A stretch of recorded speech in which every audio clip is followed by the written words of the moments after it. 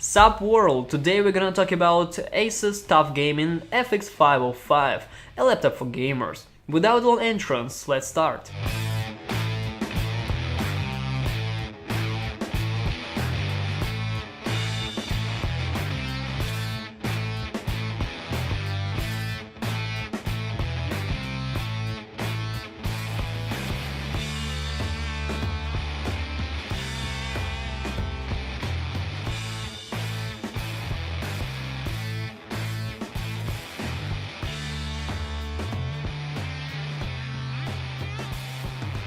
On the upper side, the gadget doesn't shout out loud for its gaming class, but, so to speak, thickly nods at it. Keyboard with illumination, edgy design of working area plus aggressively colored radiators. Long story short, that's cool. A couple of quick words about body's weakness. The keyboard presses through. End story. I could also recall not the lowest thickness in the world, but hey people, that's a gaming machine. Same picky words for plastic as the main material for a body, but considering the weight, 20 kilos sounds quite okay, cause be sure your back feels when you roam with 3-4 kilos on it. Just ask yourself, do you need that extra weight? Moreover, designers did a nice job here, it's very pleasant on touch, rough in places, and has texture practically everywhere. What else interesting in design, not mentioning the so-called lower beard, is thin frames on the outline of the screen. In ASUS, this feature obtains a proud name Nano Edge. Almost all ports in the laptop are on the left side. Here for you is the power connector RJ45, HDMI 2.0 and 3 USB ports, one of which is for 2.0 and 2 remaining are for 3.1. The audio jack is of course included. The last moment which you definitely need to know,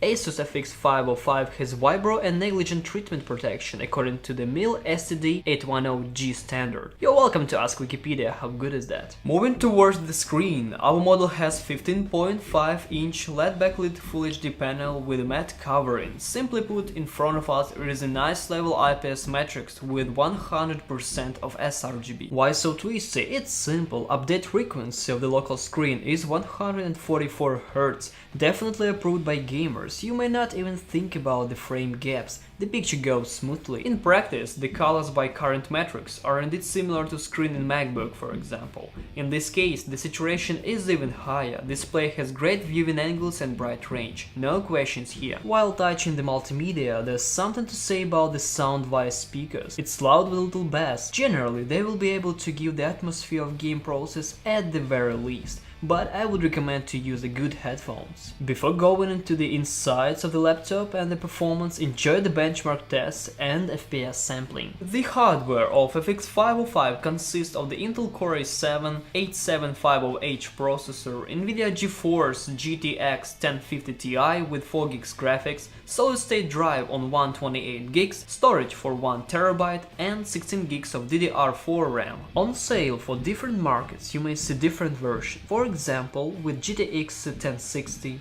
SSD on 512GB and 62GB of RAM. The system works extremely snap. We played all our games for a test in Full HD on Ultra graphics. World of Tanks gave an average 50 FPS, Call of Duty World War II 45 to 60, Need for Speed Payback 27 to 40 and Far Cry 5 35 to 45. Unless we saw frames per second, I would probably think that it has constant 60 FPS, as games could give us some slows only for an instant and only point-wise, for example when switching moments between intro and in-game process. By the way, without screencast and FPS test, the number would be even more pleasant.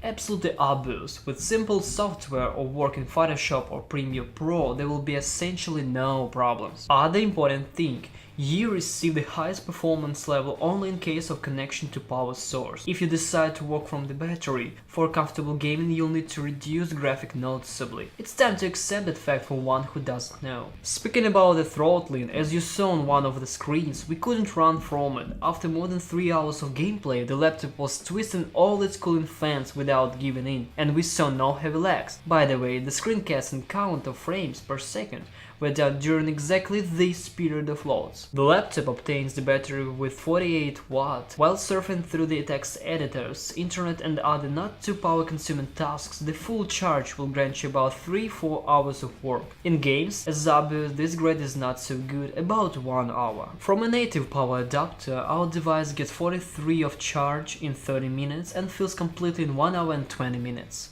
Among the software, I'd like to point out the TUF Aura Core, which allows to customize keypad backlight. Not so much for setting, however, the interface is simply and clear. In conclusion, this video is shot before the launch of this product, so I have only the theoretical price. It is promised at 900 of the base model and around 1500 bucks for the top end. Is it possible to call such price tag adequate? In my humble opinion, completely. ASUS TUF Gaming FX505 creates an impression of complete product. It is exactly suitable for gaming machine tasks, looks great and has a nice screen. Some stores will find for you more interesting thing than FX505 for any of these characteristics, but all of them will cost more. Our laptop definitely has enough competitors, however my hands didn't get to them yet. To be honest, that was a pleasure working with this laptop. I will definitely recommend ASUS TUF Gaming FX505 for purchase. The links on the stores where you can buy this product are in the description down below. Thank you so much for watching and see ya!